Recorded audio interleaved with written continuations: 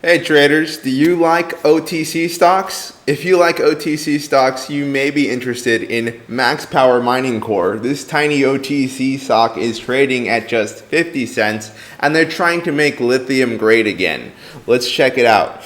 So Max Power Mining Corp is taking lithium to the max. Its entrance into North America's top tier pegmatite lithium discovery districts and an emerging new brine camp could quickly catapult it to the forefront of the electric vehicle boom. MAXXF is trying to reduce the reliance of the United States on China as a supplier of lithium. As we can see here, the property that MAXXF just acquired in Arizona is meant to do just that. They're trying to make US independent of other countries.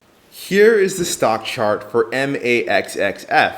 As you can see, the stock chart looks like an OTC chart. There's practically no volume. These candlesticks are going crazy all over the place. But as you can see, trading volume is picking up. 88,000 shares, 45,000, 89,000. We had 204,000 shares traded. Something is going to happen with MAXXF stock. What exactly is going to happen? We don't know yet. There's not enough data on the chart for us to make an accurate prediction on MAXXF stock. Let's trade update on NKLA stock. NKLA stock has officially hit our price target at $2.78.